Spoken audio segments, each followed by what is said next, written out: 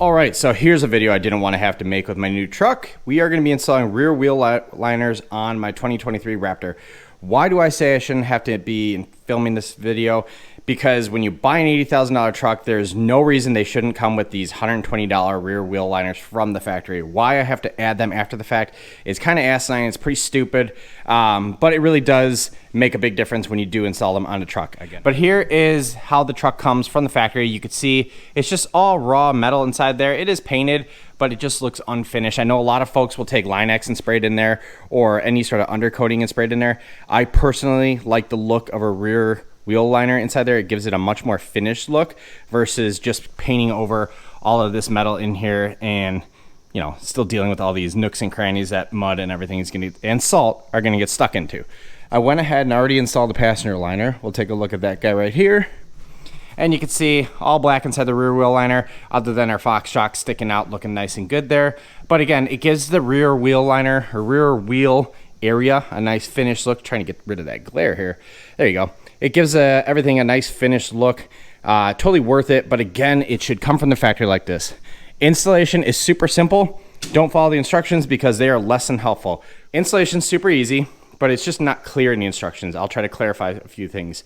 What you get in the kit for each side is two of these little J-hook or J-nuts, two bolts that go into those, and then you get a rear wheel liner for each side. So you know it's the right side because if you look up on top, this says DS, that means driver's side. Install is fairly simple, not a lot of tools needed, but I got some tips for you. First thing we're gonna do is remove our rear mud flap. We need to get that guy out of the way so that we can get access to all of the bolts all around the fender flare. So we will remove the mud flap as well as all of the 7mm bolts holding the fender flare on. You don't need to remove the fender flare, just get those bolts out of the way. The reason being is that when you install the rear wheel liner, you have this lip here all the way around. This lip is actually what gets sandwiched between the fender flare and then the metal bracket that the fender flare bolts into. So you need to have those bolts out of there so you have enough, you could pull the flare off a little bit to slip this little bit of lip underneath there so it holds everything down. This is the only thing that holds the outboard side of the wheel well liner in. The inboard side is with these two J-hooks and the bolts. So these two guys, very simple. We'll go ahead and install them right now. You got three holes here inside the wheel liner. You just go ahead and take this one on the back one, and we'll take the second one, and this guy will clip right in on the front one, like so.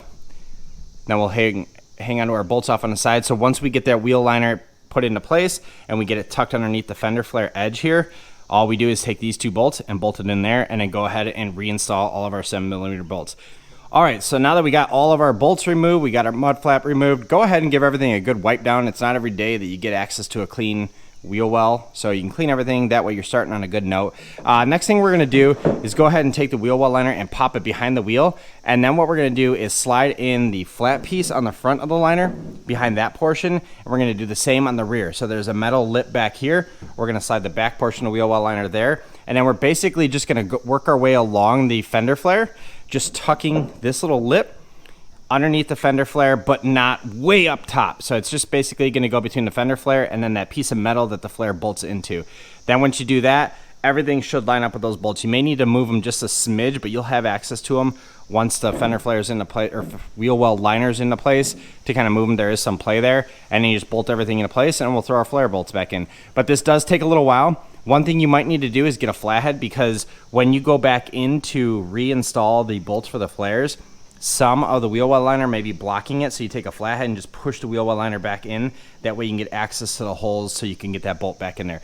The bolts do not go through the wheel well liner back into the metal. The wheel well liner is just basically pinched between the fender flare and the metal. All right, so before I had the wheel well liner fully installed, I just want to show you what I was talking about. So I have that back portion tucked behind that metal, and then I have the front portion tucked around that metal there, and then all we're gonna do is basically just pop this lip underneath the fender flare, and everything should be held into place. This takes some patience, take your time. It's definitely a exercise for your hands, but again, it's just going underneath the fender flare, and that's it, and then we'll bolt everything into place. All right, so the wheel liner is in place. You can see everything's lined up nicely. A trick to figure out if you are in the right spot, just take the wheel liner and just pinch it. If it slides a little bit in and out of the fender flare, then you're good to go. If it's not sliding, that means you're basically flush up against the flare, and you need to pull the flare down and slide the wheel well liner up over the flare so it slides in and out. So now what we're gonna do is go ahead and reinstall our mud flap and all these bolts here.